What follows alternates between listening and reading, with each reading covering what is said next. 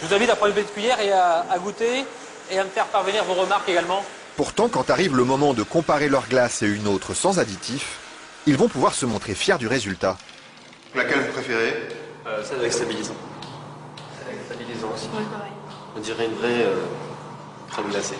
D'accord. Pour eux, il n'y a pas photo. Et pour le consommateur non plus. Mais que trouve-t-on exactement dans ces additifs qui permettent de fabriquer des produits light? Et sommes-nous suffisamment informés sur leur composition?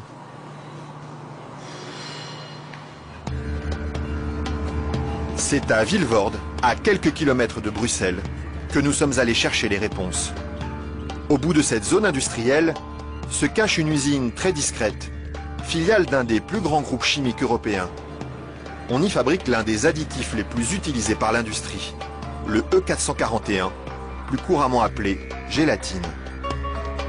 Et le responsable commercial de l'usine, Michel Vandenberg, n'est pas peu fier de nous montrer tout ce qu'on arrive à fabriquer avec son produit miracle.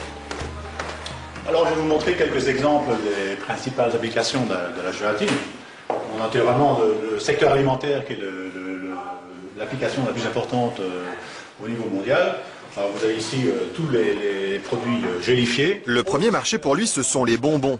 Mais on trouve aussi sa gélatine dans des gélules pharmaceutiques, des pellicules photos et même des shampoings.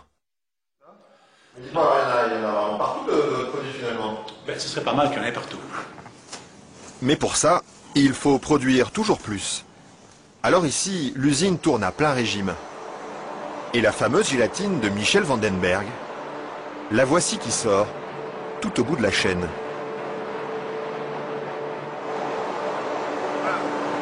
Ça c'est la fameuse gélatine. Là c'est la gélatine. Ce sont ces spaghettis qui collent aux doigts. Il faut à peu près 3 à 4 jours pour arriver jusqu'ici. De la préparation de la matière première jusqu'à le séchoir ici.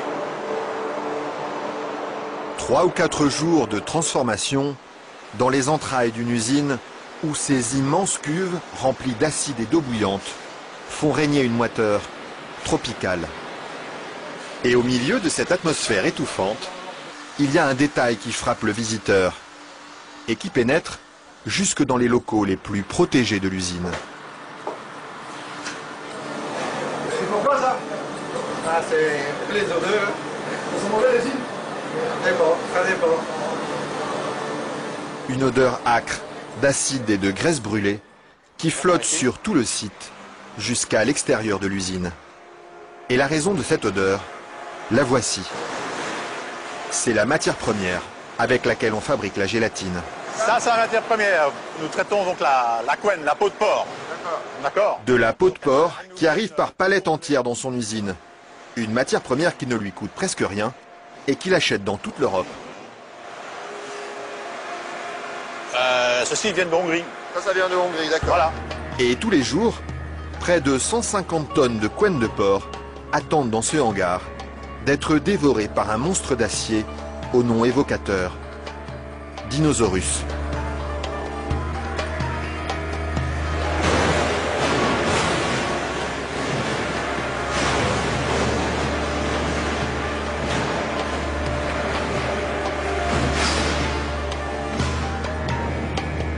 Grâce à cette matière première bon marché, Michel Vandenberg parvient à vendre sa gélatine à moins de 5 € le kilo. Un prix défiant toute concurrence qui lui ouvre sans cesse de nouveaux marchés. Et celui qui marche bien en ce moment, c'est justement le marché des produits light. Attendez, il faut pas filmer ça à 1 minute.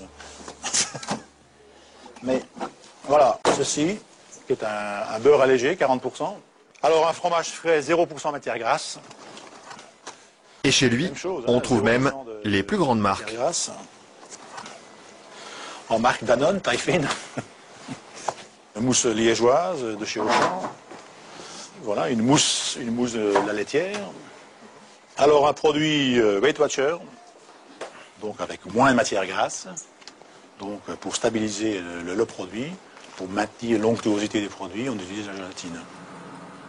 Un produit que les industriels n'hésitent pas à utiliser en grande quantité. Le seul problème, c'est qu'ils oublient parfois de l'écrire sur les étiquettes. Quand on les regarde, on lit bien la mention gélatine, mais pas l'origine du produit. Ils mettent gélatine, mais ils disent pas quelle est l'origine de la gélatine. Pourquoi? Ils assument pas que ce soit fait à partir de porc. C'est quoi le problème qu'ils ont avec ça? Non, mais je veux dire... Non, parce que c'est un problème, c'est un sujet très sensible. Ouais. Parce qu'il y a quand même les minorités, les minorités musulmanes, juives et autres, qui éventuellement ont des problèmes avec ça. Et ce serait bien justement de leur dire... Ça, je voudrais pas que... Oui, je sais bien, mais je sais pas s'il faut mettre ça dans l'émission. Mais oui. c'est vrai que, bon... Parce que du coup, ils savent pas si c'est du porc ou de la vache. Du coup, comment ils font pour consommer? C'est ça le problème, il faudrait peut-être leur dire.